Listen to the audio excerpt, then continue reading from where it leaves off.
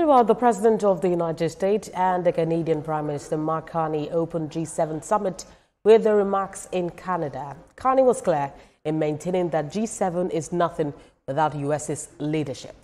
President Trump responded with a reminder that the G7 was formerly known as the G8, but former President Barack Obama and the former Canadian Prime Minister Justin Trudeau did not want Russia as a member. The U.S. president emphasized that if Russia was still a member, there will be no war in Ukraine. He also added that not having Russia at the table makes matter more complicated.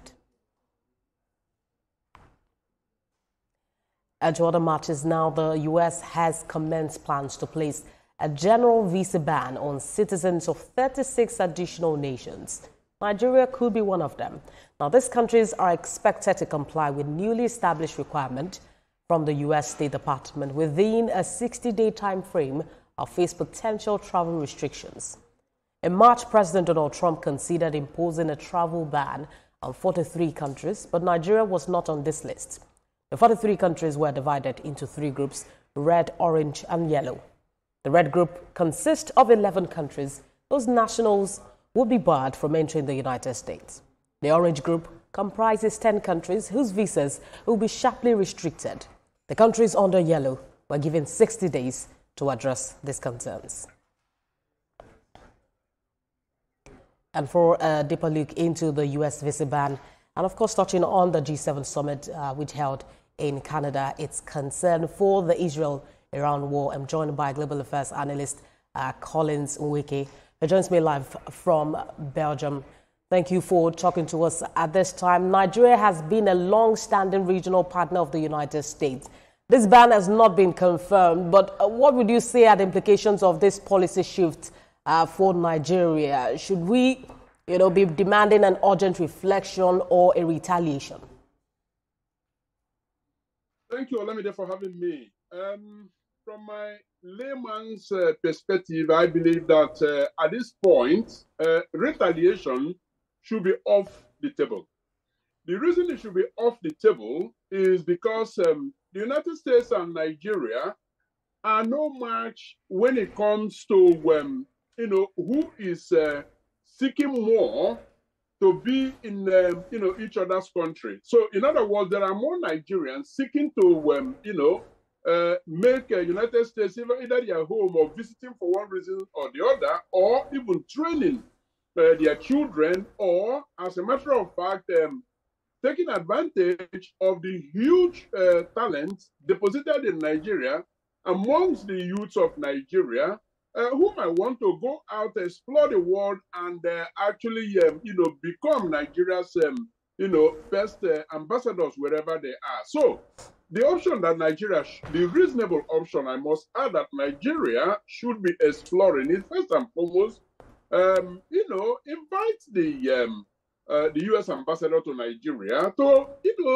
get a bit more insight into the building blocks of this decision, and whatever it is that is their headache, let Nigeria then begin to take steps to, allay those concerns. Now, it could well be that those fears are unfounded. Take, for instance, the credibility of Nigerian travel document, the Nigerian passport. Over the past decade, for Christ's sake, everyone knows that serious work has been, put into, making that document, the Nigerian passport, credible through the biometrics. So it responds to international standards. So that couldn't be the problem. So let's know what the other issues are, and then Nigeria should be able to start addressing them. Now, Collins, negotiations may work, perhaps, but we've always seen the posture of United States as with other issues like tariffs. The diaspora in Nigeria is one of our most powerful soft assets. If Nigeria is perceived globally as a migration risk or security risk, is this likely to impact our place in the League of Nations? Absolutely, absolutely. And that is why, if that is, the issue that the United States is raising, and if there is credibility in the issue that they are raising, it is in Nigeria's best interest to find ways and means of, addressing them. Now, let's not make any mistake about the fact, Lamide, that migration is as old as the world, and there is absolutely nothing wrong with migration. Young people should be in a position to explore the world. I mean, anybody who tells them, oh, remain in Nigeria, that's where your future is, and all of that, the person is making a very big mistake because, I mean, traveling out exposes them, and it is impossible for every Nigerian to want to travel out. Now, the issue could be visa overstays, that when Nigerians come into the United States or other parts of the world, they come in for one reason, and then they find other reason to overstay their welcome. That is an issue, and that should be discouraged.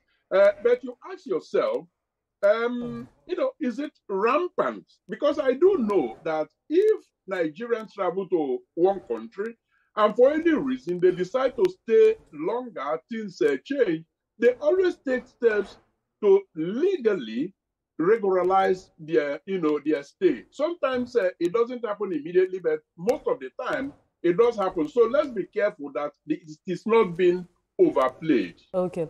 So this is also fine at this time, but let's leave that for now. It has not been confirmed. Let's quickly go to what is happening at the G7 summit. Trump, what he's doing in Canada, he had to leave for a particular reason. Israel and Iran attacked each other for a fifth straight day today, and we've seen the U.S. president urging Iranians to evacuate immediately, citing what he said was the country's rejection of a nuclear deal. More than 10 million people in Iran. What should they be doing at this time? Well, they have to stay guard. Israel has it all worked out, for their citizens in terms of, danger alert that comes straight to your mobile phone. If anything is dictated, and they have this shield and all of that. I mean, Iran is left vulnerable, and you can see that in the report of death toll, that has been recorded. And so, while Israel can perfectly, shield their citizens, because as a matter of fact, they initiated this, so they took steps to do all of that. Iranian citizens are, left to their own devices.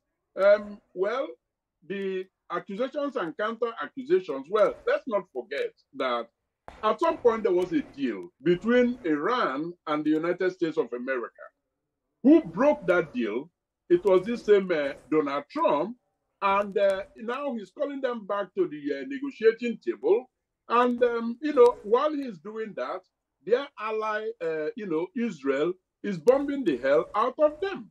So it's a very, very confusing, situation, whether the United States and, Israel are actually playing out. Mr. Weke, we're just going to wait for the reaction of Iran to this, if they're going to have to capitalize on this to withdraw from this or to, attack Israel at this time. But that's a fine place to leave the conversation for now. Global Affairs Analyst Colin Weke, thank you for talking to us. Always a pleasure. Thank you for having me.